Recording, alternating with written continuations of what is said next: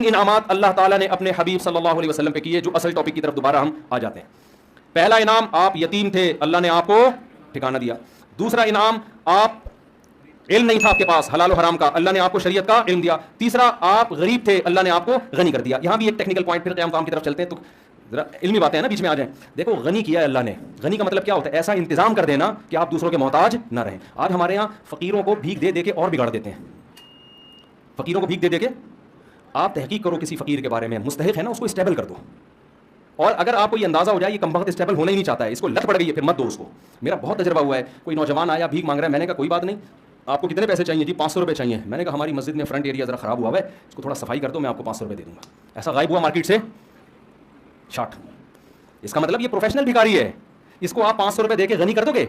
اور زیادہ غنی کی ڈیفینیشن سمجھ میں آئی؟ مالدار ہونا نہیں ہے، غنی مستغنی سے نکلا ہے، بے پرواہ، کسی کی ضرورت نہیں ہے۔ ہمارے نبی غنی کرتے تھے لوگوں کو اور غنی بننے کی ترغیب دیتے تھے۔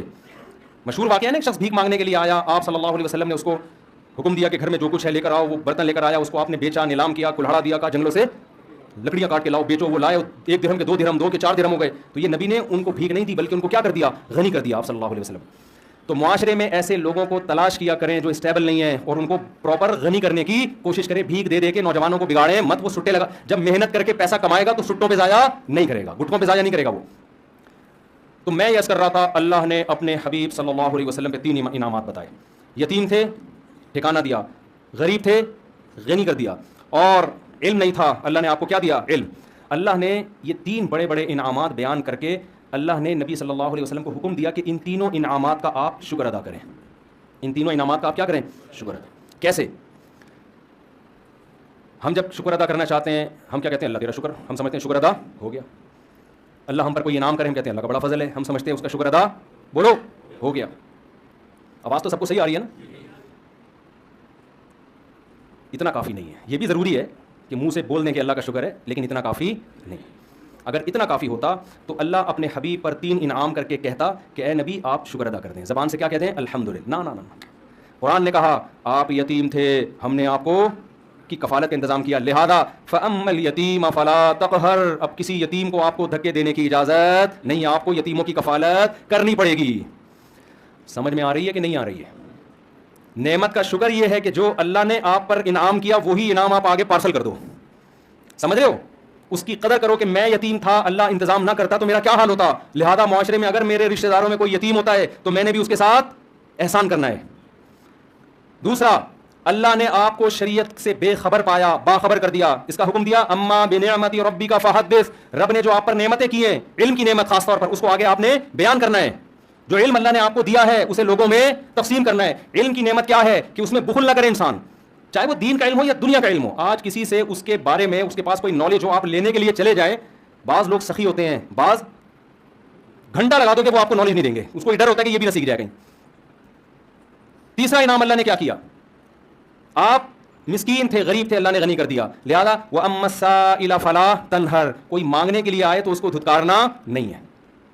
اس سے ہمیں کیا پتہ چلتا ہے بھائی، اس آیت سے کہ اللہ ہم سے یہ چاہتے ہیں کہ جس نوعیت کا اللہ نے ہم پر احسان کیا، ہم اسی نوعیت کا احسان مخلوق پہ کرنا شروع کر دیں۔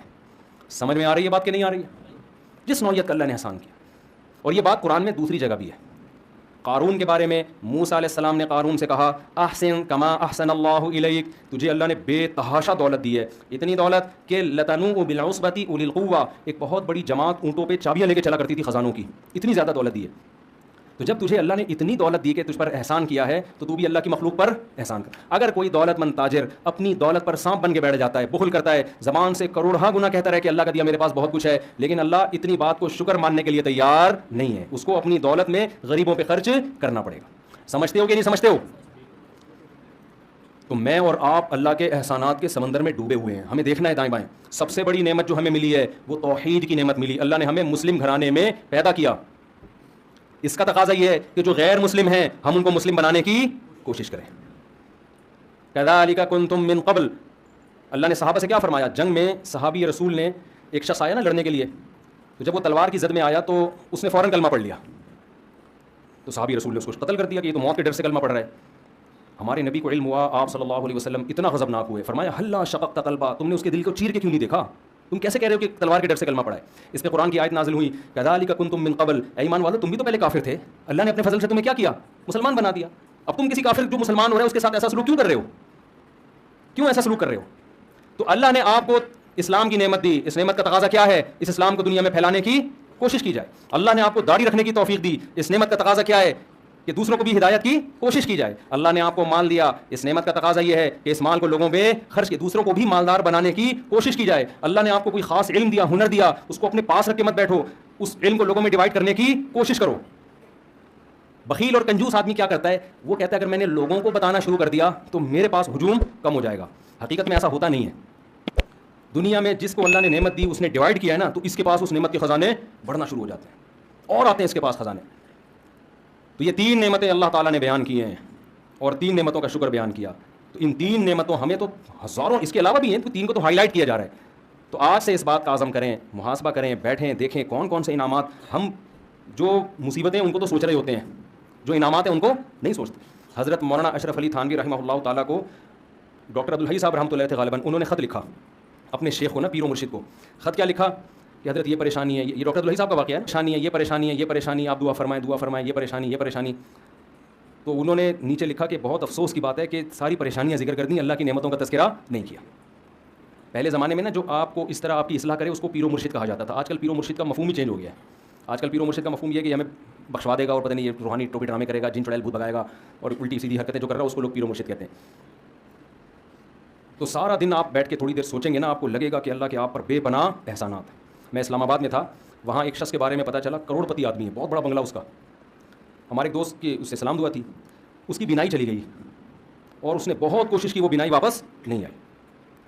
ایک دن وہ کہنے لگا اپنے دوست سے نا کہ ٹھیلے والا بھٹے نہیں بیچ رہے ہوتے، جو بھٹا بیچ رہے ہوتے، تو اپنے دوست سے کہنے لگا، اس دوست نے مجھے بتایا کہ یار اگر یہ بھٹے والا میری ساری دولت بھی، اسلام آباد کا بنگلہ، میرا بزنس لے لے، یہ بھٹے کی ریڑھی مجھے دے دے اور آنکھیں دے دے، تو میں اس پہ تیار ہوں. اتنی بڑی نعمتیں ہیں جو اللہ نے مجھے اور آپ کو عطا کی ہوئی ہیں، اتنی بڑی بڑی نعمتیں. ہم پریشان کیوں ہوتے ہیں؟ ایک دن ایک صاحب میرے پاس آئے اور اپنی پریشانیاں گنوانے لگے نا، یہ پریشانی یہ پریشانی یہ پریشانی یہ پریشانی یہ ٹینشن یہ ٹینشن یہ ٹینشن. میں نے اس کو کہا، میں نے کہا یار جو ٹینشنیں آپ بیان کر رہے ہو نا، جس سے آپ موٹیویشن لینے کے لیے آئے ہو، اس کے پاس یہ والی ٹینشن اس سے ڈبل ہے. سمجھ آ رہی بات؟ اس کے پاس یہ والی ٹینشنیں کیا ہیں؟ اس سے ڈبل ہیں. تو میں آپ کی ٹینشنیں کیسے ختم کر دوں؟ میں نے کہا آپ کے ساتھ مسئلہ ٹینشنوں کا نہیں ہے، آپ کے ساتھ مسئلہ یہ ہے کہ آپ نے اس دنیا کو مسافر خانہ نہیں سمجھا. جو نعمتیں ہیں وہ دیکھ نہیں رہے، جو چیزیں نہیں ہیں ان کو ٹینشن سمجھ رہے ہو. اور دنیا میں کوئی آدمی ایسا ہے کہ اس کی ساری خواہشات پوری ہو جائیں؟ بولو نا، دنیا میں کوئی ہو نہیں سکتا. وجہ کیا ہے؟ ام للانسان ما تمنا. قرآن کہتے ہیں کیا انسان یہ سمجھتے ہے جو تمنا کرے گا مل جائے گا؟ یہ تو ممکن نہیں ہے. یہاں ہم نے یہ دیکھنا کیا کیا ملا ہوا ہے، یہ نہیں دیکھنا کیا کیا نہیں ملا ہوا. لوگ یہ دیکھ رہے ہوتے ہیں وہ ڈیفینس میں رہتا ہے، میں ناظم آباد میں رہتا ہوں. وہ بھائی تو یہ دیکھ، تو ناظم آباد میں رہ رہا ہے، وہ گندے نالے کے پل پہ رہ رہا ہے وہ بندہ فلاں. اور جو گندے نالے پہ رہتا ہے وہ دیکھے یار گندے نالے پہ گھر تو ملا ہوا ہے، اگلا تو فٹ پاتھ پہ سو رہا ہے. جو فٹ پاتھ پہ سو رہا ہے وہ کہے کہ یار میں سو تو رہا ہوں نا. بہت سے لوگ 1000 گز کے بنگلوں میں گدے پہ نیند نہیں آ رہی، وہ کہہ رہے ہیں فٹ پاتھ کی نیند اچھی ہے اس گدے سے جس پہ نیند نہیں آئے کم وقت کو.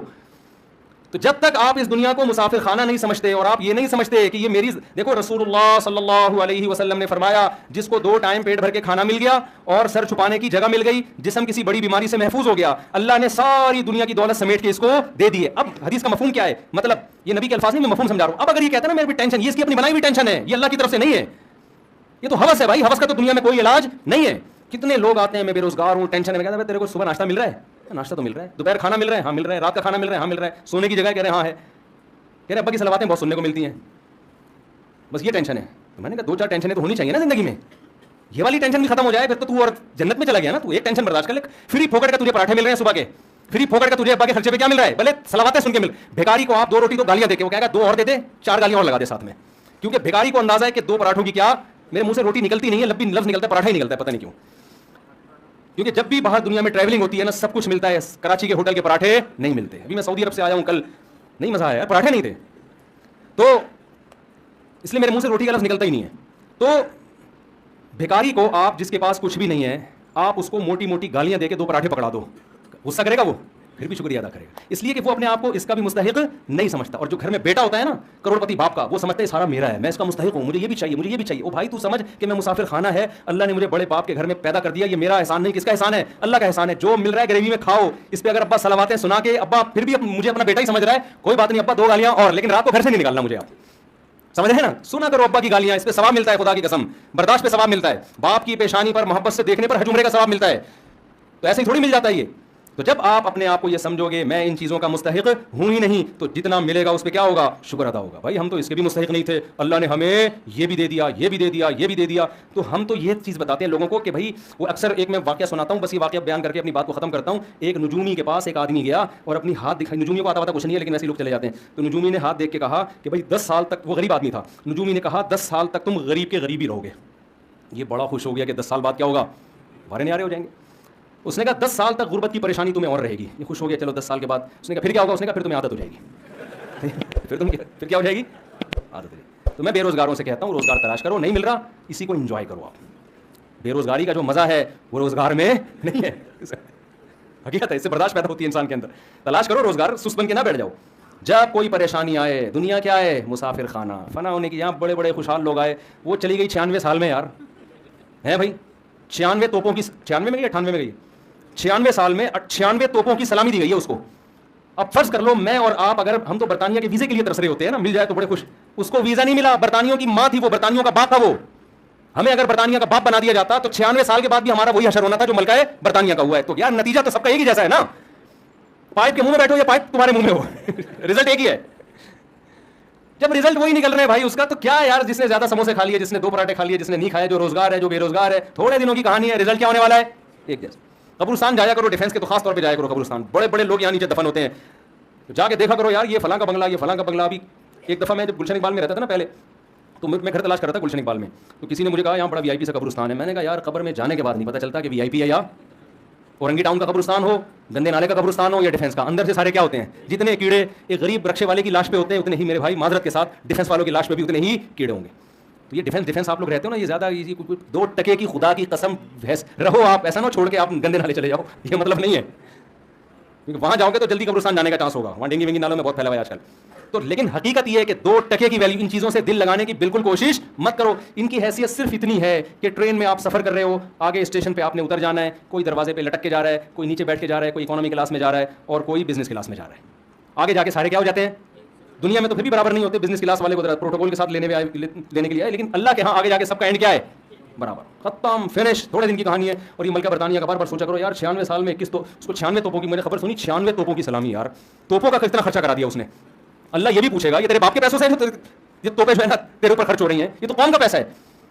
اللہ پوچھے, اللہ تو ایک ایک چیز کا حساب لے گا کہ 96 تو 1 مہینہ تک تو رہی ہے. کتنے دن جنازہ دفنایا گیا, کتنے دن بعد ہیں پتہ نہیں, 18 دن تک اتنے پھول, اتنے پروٹوکول, اتنے یہ سارا خرچہ ہوا ہے. یہ قبر میں نکلے گا خرچہ. اللہ پوچھے گا انسانوں, ہم وصیت کرتے ہیں ہمیں ایسا پروٹوکول, اول تو ہم کو اتنی بڑی چیز نہیں ہے, اگر بن بھی گئے نہیں بھائی ہمیں نہیں چاہیے. ہمیں حضرت ابو بکر نے کیا وصیت کی تھی, نیا کفن بھی مت دینا. حضرت ابو بکر کی ویلیو تو بہت بڑی تھی نا, لاکھوں مربع میل کے حکمران تھے. عمر پہ حکومت کی ابو بکر نے, جن کے ماتحت عمر اور ابو ہریرہ اور ابن مسعود جیسے لوگوں, کتنا بڑا حکمران ہوگا. وصیت کرنے میں جب مر جاؤں تو مجھے پرانے کپڑوں میں دفنانا, نیا کفن مجھے مت دینا. نئے کپڑے زندہ لوگوں کے لیے ہیں, جانے والوں کے لیے نئے کپڑے نہیں ہوتے. وہ سمجھتے تھے بھائی یہ مسافر خانہ ہے. تو غیر مسلموں کی چیزوں سے متاثر مت ہو, خدا کا واسطہ. ملکہ برطانیہ سے ہمیں کوئی وہ نہیں ہے, کوئی چڑ نہیں ہے, کوئی میرا کلپ بنا دے ملکہ برطانیہ کے خلاف, وہ تو سب کے ساتھ ایسا ہی ہوتا ہے, وہاں جی پروٹوکول ملتا ہے. لیکن میں تو آپ کو اسلام اور غیر اسلام کا فرق بتا رہا ہوں. ملکہ برطانیہ اور اسلام کا فرق نہیں بتا رہا آپ کو, ہماری ملکہ ان کی ملکہ کا فرق نہیں. ہمارے ہاں تو ملکائیں جاتی ہیں تو وہ دفنانے کے لیے چیزیں, ہماری ملکہ تو بے نظیر بھٹو تھی نا. ہمارے یہاں تو ملکہ جاتے ہیں الگ اسٹائل سے ہیں, کوئی بم دھماکے میں جا رہا ہے اس کو کیا پروٹوکول, ضیاء کیا وہ بوٹی بیچاری کی وہ شہادت کے بعد کچھ 2-4 چیزیں ملی ہیں. تو ہم تو ویسے ایسا پروٹوکول دے ہی نہیں سکتے. ہمارے یہاں نیچرل طریقے سے نہیں جاتے لوگ, ٹھیک ہے نا. ہمارے یہاں نیچرل سسٹم ہی نہیں ہے بڑے لوگوں کے جانے کا دنیا سے. ہمارے یہاں کوئی دھماکہ ہوتا ہے وہ چلے گا جی, اخبار میں آ گیا جی انتقال ہو گیا, کیسے ہوا یہ زیادہ ڈیٹیل میں جاتے ہی نہیں ہماری قوم. تو دنیا کو مسافر خانہ جب انسان سمجھتا ہے تو مال کی محبت اس میں کم ہوتی ہے. پھر اللہ کے شکر کرنے کا پھر شکر کرنے کا جذبہ پیدا ہوتا ہے. مجھے اللہ نے یہ بھی دیا, مجھے اللہ نے یہ بھی دیا, مجھے اللہ نے یہ بھی دیا, تو پھر خرچ کرے گا نا. پھر نبی پر اللہ نے احسانات گنوائے تو نبی نے بھی اس کا شکر ادا کیا, تو اللہ ہم پر بھی احسانات گنواتا ہے. اور اگر ہم یہی بیٹھے رہے ہم پر احسانات کیا, میرے تو یہ ٹینشن ہے, میرے تو یہ ٹینشن ہے, تو شکر کے خاک ادا کرے گا بھائی. شکر وہی ادا کرتا ہے جو مانتا ہے کہ اللہ کے مجھ پر احسانات ہیں, اور مانتا وہ ہے جو دنیا کو مسافر خانہ سمجھتا ہے, جو یہ سمجھتا ہے کہ میری نیڈ یہ نہیں ہے, میری ضرورتیں یہ نہیں ہے, مجھے میری ضرورتوں سے